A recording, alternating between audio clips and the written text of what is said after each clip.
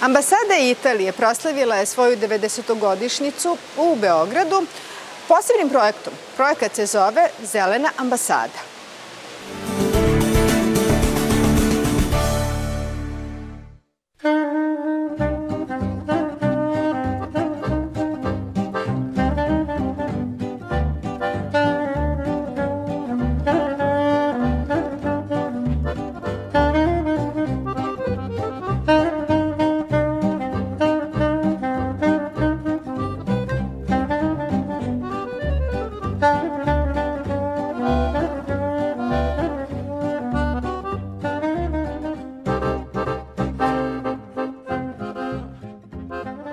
Obeležavanje godišnjice osnivanja zgrade ambasade imalo je za cilj da poveže bogato istorijsko i kulturno nasleđe sa budućnošću i pitanjima očuvanja životne sredine.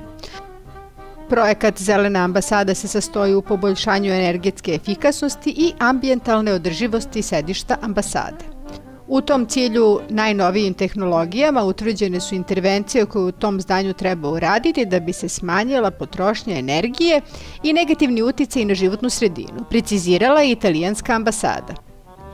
Prva i najvažnija intervencija zamena sistema grejanja u rezidenciji već je završena zajedno sa sređivanjem organske bašte u dvorištu ambasade u kojoj se gaje tipični srpski proizvodi. Govoreći o osnivanju zgrade ambasade, kojoj je zemljište poklonila Jelena Savojska i koja predstavlja bliske istorijske i prijateljske veze Srbije i Italije, ambasador Giuseppe Manco rekao je da ta zemlja želi da promoviše korišćenje čiste energije i zaštite životne okoline i da je zato pokrenula ovaj projekat. Ambasada će sa sprovođenjem ovog projekta biti zelenija i zelenija sa čistom energijom, kaže Manco.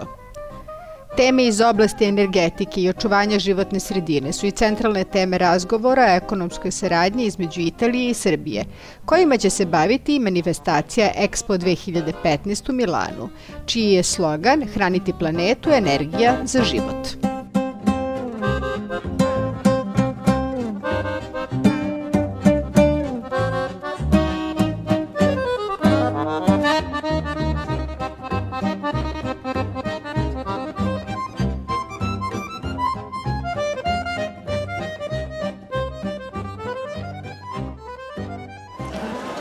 Il progetto nasce da un'idea che è quella di realizzare delle strutture pubbliche che siano più efficienti dal punto di vista energetico.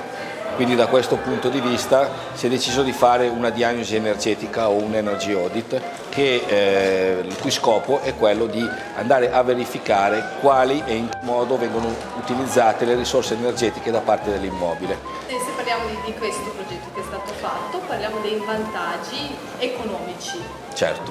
Più o meno su quale valore? Allora, diciamo che mediamente noi abbiamo identificato almeno due soluzioni che hanno un notevole impatto in termini di risparmio economico, che fondamentalmente sono state quelli relativi all'introduzione di valvole termostatiche, ovviamente pompe a portata variabile per l'impianto di riscaldamento su ogni radiatore, e l'altra soluzione è la sostituzione della caldaia esistente con una caldaia a maggiore efficienza e dimensionata correttamente per le richieste dell'immobile. Quella precedente era oggettivamente sovradimensionata.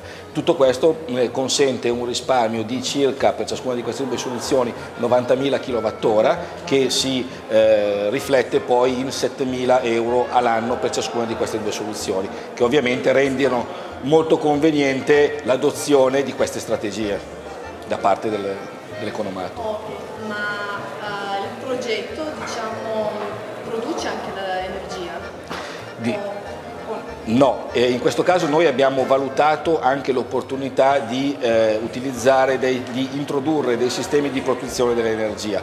Per il momento questo è solo una fase di valutazione che comunque abbiamo esposto all'ambasciata, quindi gli abbiamo dato la possibilità di valutare l'opportunità di mettere dei pannelli fotovoltaici sulle falde del tetto che sono ovviamente opportunamente esposte e di produrre acqua calda sanitaria tramite solare termico. Diciamo che la location favorirebbe entrambe le soluzioni. Allora, lei come ingegnere ci può dire che è un palazzo che si trova in centro di Belgrado ha una posizione che domani riesce anche a produrre l'energia. Un palazzo che si trova in centro di Belgrado con un vicinato come quello dell'ambasciata italiana, quindi non ha ostacoli, non ha ombre proiettate, sì, può essere tranquillamente favorito da questo punto di vista e quindi può tranquillamente beneficiare di queste soluzioni, sì, certamente. Grazie. Prego.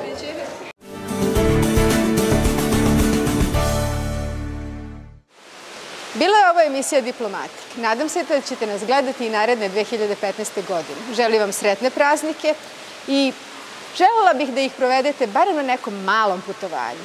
Do naredne nedelje, doviđenja.